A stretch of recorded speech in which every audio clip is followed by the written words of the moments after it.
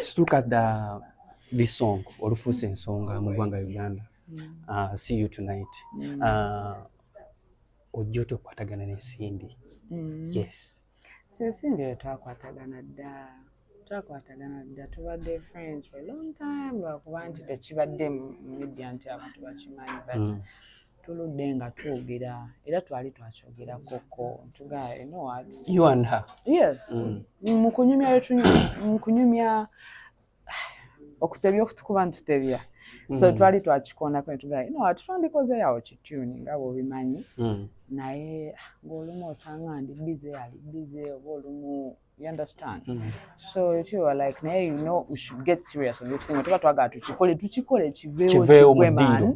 Yes. So ne tutandika okweweereza ennyimba demos till paka lwe twafuna the perfect demo.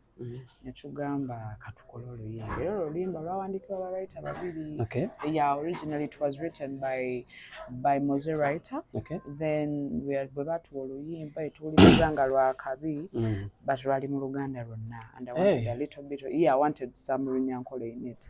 So ne tugane tuluweereza a writer is called Ntare. Okay. Yeah, awandika Runyankole. Yes. Okay. So are you and Cindy, who was the owner of the song? When you listen to the song, whose voices do you hear? No, like, because oyinza okuba yakuyita olutuleko obutuuzi. Anti ne nkunnyonnyodde oluyimba gye lwava. The song, nkunyumiza how the song came into existence. Kati naawe nombuuza nenkubuuza. When you listen to the song, whose voice do you hear? Mpulira liryo nerya Cindy. Thank you so much. Kati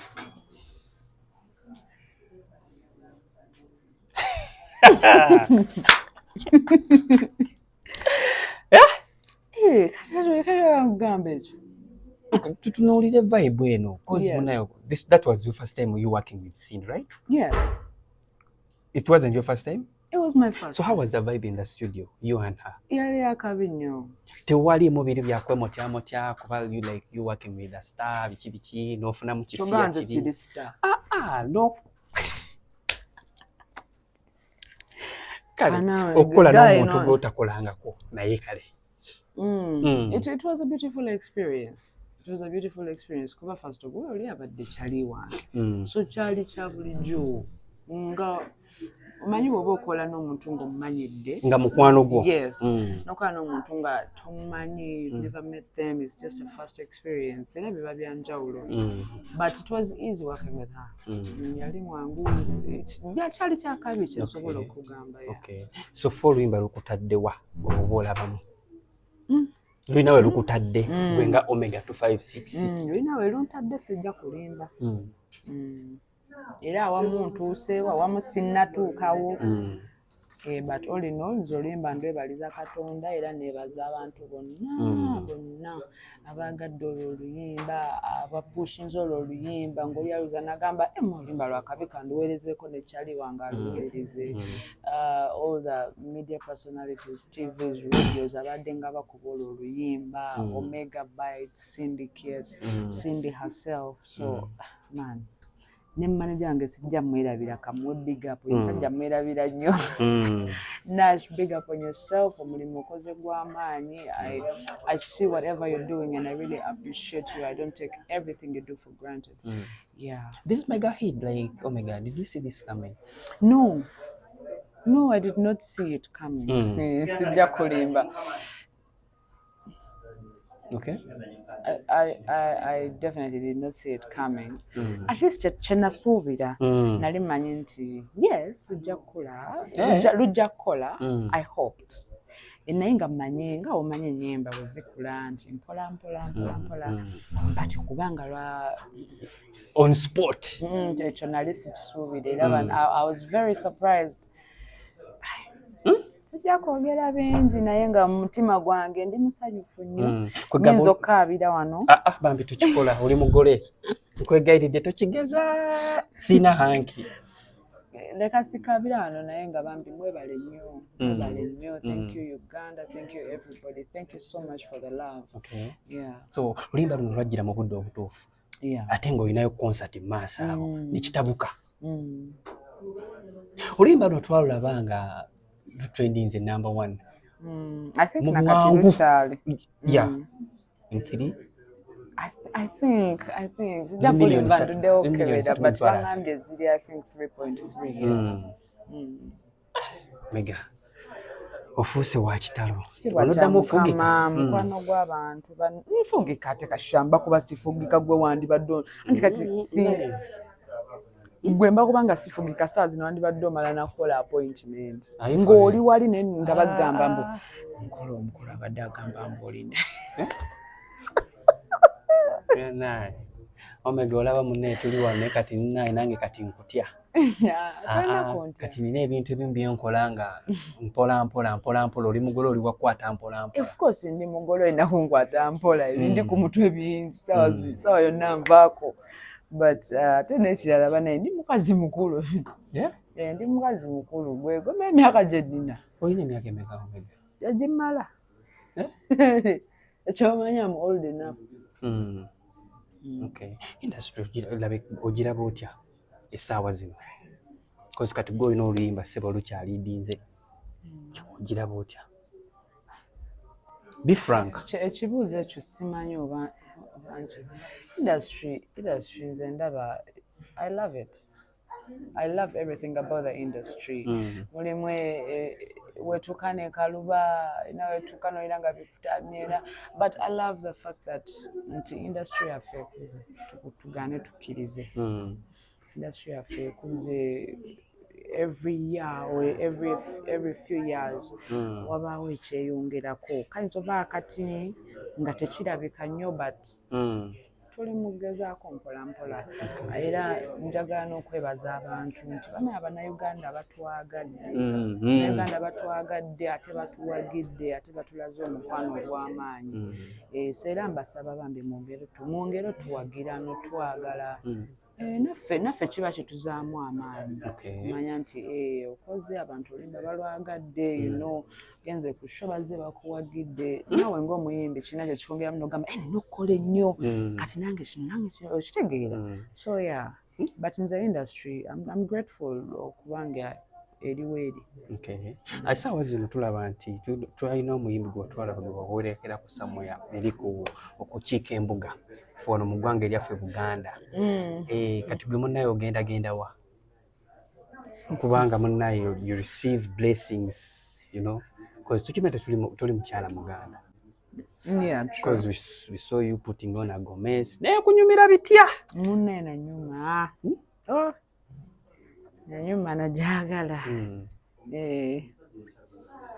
Kati gwe ogenda mu mbuga naawe eri ewammwe oba? Mwe mulinde mujalaba gye nnaalaga era we naaba ngenze nja bayita mu mperekere. Omega munnaye mulimu ebintu bingi bye tutayagala kubuusa maaso. Tulina tato gye tulaba behind your back. Is that your man? No. Not really. Nze ensobi sobola gikola. Ensobi etya? Siri amacha. Saa gikola nze neekuba etatu ye. Ki? Abasajja muli bazibu. No, clarify. I fear men.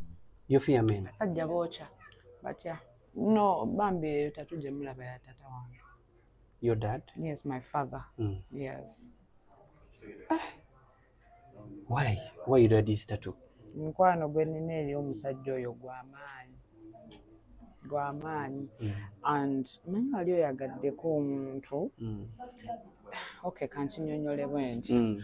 Olaba bwe tuba tukula, there are things we take for granted oba bye tutalaba nga tuli bato but omala kula n'otegeera kati when you reflect logically noga ebintu gwe nga byali bizibu ebintu nga tebyali byangu so bingi byempiseemu ne taata wange bingi era omusajja oyo bambi simanyi just nsaba busabi Katonda amumpeera omukisa era muwe kyasinga okwagala mu bulamu. Okulaga ddadi wo nti omwetaaga nnyo n'osalawo ko omuteeke omwekubeko ttatu emabega?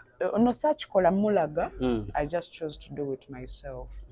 I'm a person nze ndi muntu ayagala ttatu sijja kugalimba. Era nali nnoonya kyenneekolako nga ekyo ekintu kinsiirira ne ŋŋamba naye kikikyo. To expose your feelings to your dad. Well, osobola okiyita ekyo, but I did it because I wanted to. Because I chose to do it, that is why sijja kuweereza nsonga mbu ki oba ki. Naye omusajja oyo atobye, naddala nnyo mu kaseera maama waffe we yava mu bulamu bw'ensi.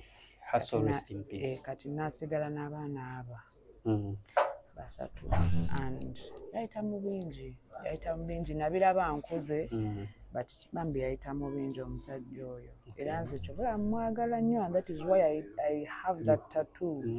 Nemba nkuze kya just look at it nemamba yo omutima gwo ne gukakkana. He's the best father in the whole world. Even in my other life I would want that man to be my father. Even in my other life abaali balowooza nti oba munne musajja. It's your man. Mukakkane bannange, tame your thoughts, muleke okwanguwa okujumpinga into conclusions. That is my father. Nsakweko batatu ya musajja. Lwaki? Musajja bakola ki Omega? As in how? Numuhemura, numushwazana. I fear you. I fear you, Mbacha. Okay. So, no salawo ogambe nti kati ebintu by'omukwano, ebintu by'abasajja tobulina amusajja yina gw'olaba for now. Omega tadetinga. Ekyo kintu nakigambako blood wange. Ega mukozi wa ssente. Ebyo oba oyagala kubuuza by'abasajja, bibuuze Shamimu. Shamimu yani? Shamimu yani? Omega lindako. Bibuuze Shamimu. Bibuuze Shamim. Right now you're talking to Omega. When I'm not here, I'm Shamim. When I'm home, yes, bojje wange era tugenda sangayo Omega. Kati ekyo kyembadde nneetaaga okumanya. Yo Shamim. I'm Omega. Shamim taliwo wano. I am Omega. Kati bw'oba oyagala buuza byalaavo bibuuza Shamimu. Ukitegedde? Omega omubuuza bya business. Yes. Kuba Omega is a money making brand. Bisigadde. Era bw'ojja ewange Omega tojja musangayo. Okay. Yes. Annange tubadde tumanyi munne Omega gundi zino zikwatagana naye. Munaye banjawulo. Banjawulo. Nnyo. Abasajja bakola ki Omega? Katono nnyo. Tugenda mmaliriza Omega. Tugenda mmaliriza. Abasajja bakola ki? Anti kati Omega tasaa kugamba ko Omega tadetingangako era tadetinga ebyo olina bibuuza Shamimu. Okitegeera wamamba ayita this Friday tuli ku cricket oval. Nimbeta mwije mumpagire mwije tushemerwe mwije tutere ticket zisangibwa wa Alibad tickets ziri ku Momo. Zichaliyo, you can dial *165 *20# nofuna Alibad yeyo gumu ekitundu ordinary ne esatu kitundu VIP. Eminyango gigulawo saameka. Mpola. Ati munne katonganya mpola gotofaayo. Shoji ndekele njivuge. Eminyango gigenda kuba gigulawo sawa 9. Era nyenda kutwala akajishaka kumanyisa abantu b'omukango ntwako ntutambula na basi za Global. So wotakafunda ticket yawe nobasa kugifuna eri ha Fresco supermarket, ziri ha Fresco, ziri ha Soho Terrace, ziri ha Baguma restaurant, ziri na offices za Global coaches. So nobasa kuzayo ofune ticket yawe ordinary naye $5. Nono ofundaho ticket eri kutasyo musho, then ofundeho na transport eri kuleta na neru kugarunga. Then nobasa kufuna na VIP ticket $7. Niera kutasyo musho okazo mu VIP, then okafuna ho na transport era kulete nera kugarri. Asigara nimbeta abantu mwe mwije munyorekere rukundo mpango emyaka yona yimaze ninyeshongora munyorekere rukundo y'amani nimbashaba olwakatano rumwije munyorekere rukundo ninkubandi lugo gwa cricket oval mwije tushemere tere party stage ulinyako sameka kwa msitura bayimbe nako zino balinyako sawa 5 sawa 3 Ege Omega 256 cricket oval this very Friday bane mujje musupporting omwana tu mujje mubungi mujje abayimbira akayimba akaliko for now bagenda namwe ka cricket oval Omega 256 Fena kansubire tumumanyi tumutegeera. Tusinga mutegeerera kaviiri kano, right? Katinti. Yeah, well, everybody Taufik Media. My name is Ayogedde 256. It is the Queen of the West. Babale kunsalako. Osazeeko ne tebimberedde byangu n'akamu. Actually, you and your manager, do you have a problem with me? Now it was if I had a problem with you, I would not be seated right here. Nankola gundi now. But this man kuzina rehearsals. Actually, me, I thought the rehearsals was last week. Zagwa. Tuchakola. Just to kola. Okay. Umala no kanoga why? Kanete ke mu vibe ya show. So as we are speaking, tumusanze ku rehearsals. So far zitambula zitya. Alhamdulillah. Gwezi kulabikidde ziti. This is my first time. Ekibuzo nze alina kibuuza. Kuba gwe abalaba. No, this is my first time to attend your rehearsals. Kati nze abalina okubuuza nti kati gwe kyolabye kibadde. Ate munnaye mulimu abayimbi abamu nga nibo abali wano ku rehearsals. That's feeling. Shanze feeling. That's why nkubuuzizza zitambula zitya. Zitambulidde bulungi bambi. Bandi ekoze omulimu gw'amaanyi, ba dancer, the backup artists. So and I'm trying so hard nange okulaba nti tugezaako okugyayo ekyamaanyi tukolera akasente k'abantu mwana nnaku zino economy ezibumu so omuntu bw'aba agambye nti kanteke ekyebiri kyange ngende ewomega kiba kyetaaga era omuntu n'omuwa ekisaana okumekinga sure nti but nze zintambulidde si bubi zintambulidde bulungi Omega abantu abasinga bakolera rehearsals ennaku bbiri abamu weeks bbiri bwezo zibadde like munnaye mbadde sibala mbadde sibala egenda omwezi guweze I think omwezi gwo kyemmanyi guweze so show gy'ogenda okubanga okola wandeetanzeeko bayimbi banna abagenda okubanga bakulekerako waliwo abazze mu rehearsals okubanga bakola nayo rehearsals oba tekyetaagisa bajje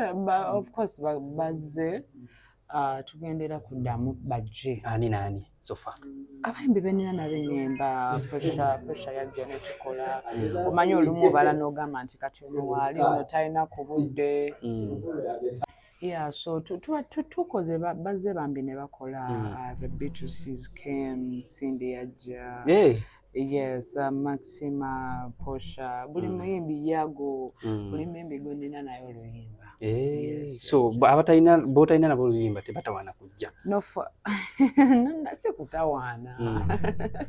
sikutawaana era bingi byetutunuulira ne tugamba nti for now leka bano baba bakola era bwe kiba kisoboze nze nandyagadde buli muyimbi agenda oyimba ku esho ajje nga akuba live gwe bw'okyagala abo tutunulako abayimbi eri gy'ova bo nabo bagenda baba performinga ku stage yo oba bo tebali allowed of course ate why not of course balina obbaawo bangi ate bangi abagenda obbaawo Regi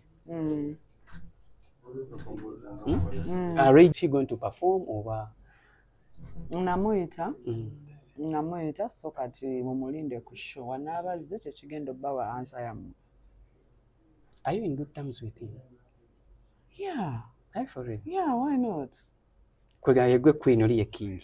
Owe. Mbula nawe. Over the other side. No, mbut nedda bana. Queen show limu kubuza queen king. Ebintu tebimatalinga muzine sawa muganda nga kadde kaweddeyo. Nile nakusatulira ebintu byombuuza. Ati no. Tuyita abantu. No, me Omega asking you to esawa zino. Gwe queen weri ye king weri. Is that bad? Is it a bad question? Given me that crown neyanziza sijja gisuula. Kiba kyamaanyi nnyo omuntu okwejjamu ogw'omwasi n'agamba nti Omega kwata engule. Omega, you're from the other west. You're from the west. Claudio goes fan base yesinga kubeera wa mu Uganda. Are you for real? So those are some of the reasons as to why wasalawo kubanga otegeka cricket oval. Because someone may ask why cricket oval you're from the other side. Cricket oval yo namutegeka lwa nsonga sawa zino mbabuulira era nawe bw'oba ozze ng'obadde ng'onfolowinga sawa zino osobola okiraba nti I'm the best version of myself. I've never been better than this, and I don't know if I'm ever going to be better than this.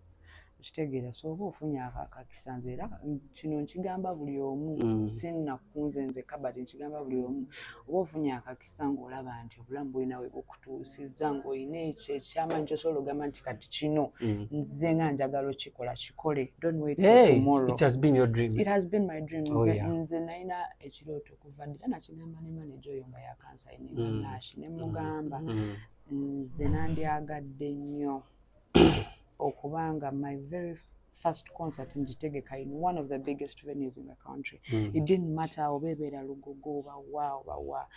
I wanted just the biggest venue in the country. Kuba tomanya munaye obulamu bwa kiseera. You don't know if you're going to be alive tomorrow. Tomanya oba mu myaka ebiri egijja ojja kuba olina n'ennyimba oba ng'oli wano wooli right now. So yeah, nenfuna omukisa ne tukola Katonda n'atublessinga ne tukolako bye tukoze. Abantu batwagadde batuwagidde ate ne concert bazzenga bagibanja ne ngamba so I've had the other dream kirooto kyenzenga nakyo ne ngamba kati kayino essaawa nange ekyo kirooto nkole ki. Yes, nkigobeko. Yes, era naye yanzikiririzaamu n'agamba you know what Omega, nze wendi kusupportinga birooto byo, if that's what you want I'm here for you. So is this your first concert? Yes, true. Omanyi Omega bino ebintu mu biraba bulala mwenga abayimbi ne fan base yo ne babiraba bulala n'abantu abalala batali bafani bo in any other or the other. Somebody asked Omega, since this was your first concert, don't you think wantandikiddeko oba mu kafa katonotono then cricket over nejja mu luvannyuma mu kaawo maaso kyawandikibwawo? No, I'm just asking era mbuuliza abantu. Nanti nange nguuza kyawandikibwawo anti oba otandika atandikira mu kafa katono. It is better antandikire wanene abantu bange bajje bonna abanabaza at least bajje batuukemu naye nga teri asigadde bweru teri gwe tugalidde bweru. Yes. Okay, so far today is Monday. Atubula ennaku almost 3. How prepared are you? Very kati sagala njogere bingi ugamba akawala ako kalina ekikopo nedda gwolaba ekyo. Do I look like I'm ready or not? Omuntu osaazi nolebwa kugumugolaga Omega nembanga nebaze bwenti nempuyambu tutandike kuwelawo. I'm ready. I believe I'm ready. And I believe abantu ngenda baweereza a beautiful experience. Okay. Rehearsals zindabi okolesa amaanyi mangi nyokogenda oleeta Lugogo ku Friday. Gano matono naawe. Gano amaanyi agadde wano tolina nakyolabi. Gwasobola okunyonyola abantu kyolabye nze sijja kwogera bingi bagambe nti ate naye nga amaanyi wano gadde matini nga bwolaba nti wafunda ate wali sitende bandazi biki just tusunako busunyi ne twerekerayo. Enteekateeka ziri zitakubayo z'oluyasozi nze nenzerabirawo etera abantu njagala bategeeza nti buli kimu kyonna kiri masavu. Enteekateeka zo zikyagendera ddala mu maaso nga bwetusanze nti abaana beetegefu baddansa bandi otulabe so bingi muze nga mubiraba era nga mategeeza nti wali mujja olwokutaano tukube pati mujja olwokutaano njaga bakakasa olaba nange ennyimba empewo n'empitamu. Tebo wakatundako nga mmeka oba oddira ogenda downtown nga bafaani be bayisa mu ticket? Mu kibuga ngenda yitayo olwokusatu. Ngenda yitayo olwokusatu. So bakulinde? Yes, ye muninde mutegeke ssente abatanafuna tickets nga wandyagadde ogifuna obeere nayo mu budde. Ninda ku lwokusatu ja kuba nkusalako awo. Bwe tuva e Lugogo ku Friday olina extras ogendako okuyimba kawalana? Sina extras. Eno show yange esoose ate nesanze nga nze agyetegekedde ne management yange so experience mpya nnyo gye tuli kati tetwayagala kwevuga speed okubanga ebintu tuli muyiga buyizi ate tugambe nti tukole kino nakino so nedda twandyagadde twazaagala nnyo but nga tetusobola netugamba leka twewa obudde tusooke tuyigire ku eno then with time tujja kuba tuzikola. Eri omuntu kati nga fani katuwambe ow'e Masaka, ow'e Mbarara, ow'e Jjinja, ow'e Mukono nga abasigadde abayimbi bakikola yayinza kukola atya okubanga akufuna? kunfuna oba okujja kusho kale wanaba tasobodde kujja Lugogo nenga akimanyi nti oba oli awandibadde ojja mu kitundu gyali. Nzijjanga osobola okunoonyeza ku Facebook eri Omega 256 official, Instagram eri I am Omega 256, then X eri Omega Biebe, ne ku TikTok Omega 256. Kati waliyo ennamba oyagala Omega ajja kuyimbireko osobola ogendayo n'ofuna ezo ennamba n'okuba n'ogamba manager nti njagala Omega ono nawono naye banange muninde nve mu concert okunfuna mujatandika ku Lwamukaaga naye kati ndi mu kwetegeka. Ate embalala kati nga tulaba nti ssaawa zino eno Acidic Vocals yasazeewo ekivulu akitwala ejjinja eyo akoleyo ndi Musoga concert, Regina atwala embalala, gwenga gwe kati side zeeyo bantu bategekedde kiriwa? For now nga wenkugambye nti tuli kweno show leka tetugenda kugera ku byomaaso nga tebinatuuka. Of course naye waka tujja kukolayo concert, but for now we are focusing on this one, tetwevuga nnyo speed, but tulinawo entegeka twapartnerinze ne Global Coaches niera benereeta abantu ab'okuluga omuka, so tickets ziri available selling prices. No. Tickets ziri aha Fresco Supermarket, Wodimbara. Ziri aha Fresco Supermarket, ziri aha Soho Terrace, ziri aha Baguma Restaurant, ziri n'aha offices za Global. So nobaza kugenda n'emitwalo yawe 5 n'ofuna ordinary ticket n'eriho na transport ekuleeta site n'ekuzaayo embalala after the show. Then abagala VIP tickets neze mitwalo 7. Ofuna ticket yawe ya VIP na transport to and fro. Then nyenda kumanyiza abantu mwena bokuza ku Lugambala abantu mutukwata obwire tukyere twena tuzatoto kashari kuturisheho basi nza kuba ziriho zitegereze tuje Kampala obwire bukiri kare tutere pate tushemere, so just tutakadileyinga tukakyerero kashanga bya kontana gatayinganya. That's one man energy eyo. Ekisooka njagala kwebaza abantu bonna bana mwebale kwagala luyimba, mwebale tudulaga mukwano ne support y'amaanyi era maximum respect to my Omega Bites. I love you so much. Ba syndicates, I give you so much respect and I applaud you kubanga tukoze fenna hand in hand, and of course big up on yourself Cindy.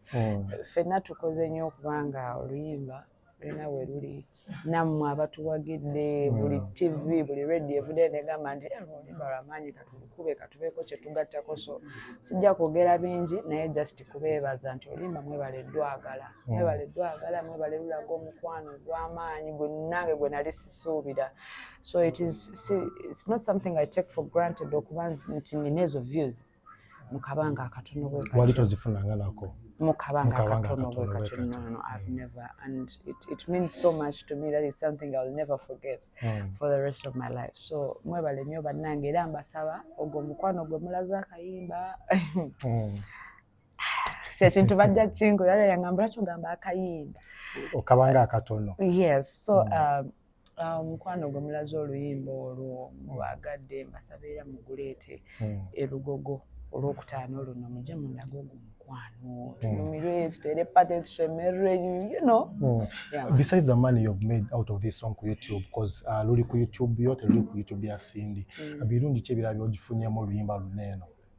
Exposure, nyenda bagamba exposure, ebirala nja byesigaliza but exposure oluyimba olwo lunziguliddewo enzigi nnyingi mweze mutasobola kulaba. Lulina ebintu just nebaza bwebaza Katonda.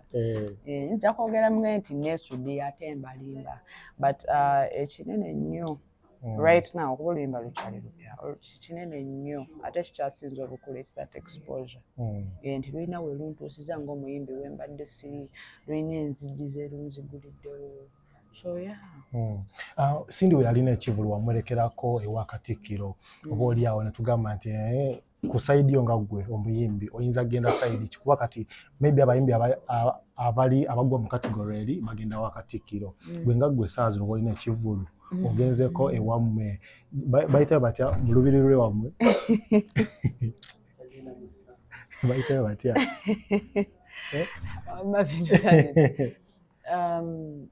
Mujjalabira we nabangezeeyo nja bayita muje mumperekere. Wayambala gomesi nno nanyuma naye by the way njagala twala omukisa guno okwebaza Lord Mayor yampadde big up era yannyambyeko okuendorsing my show. So our Lord Mayor owembalala bamuyita Kachebezi, so thank you so much. I'm so honored. I don't take that for granted.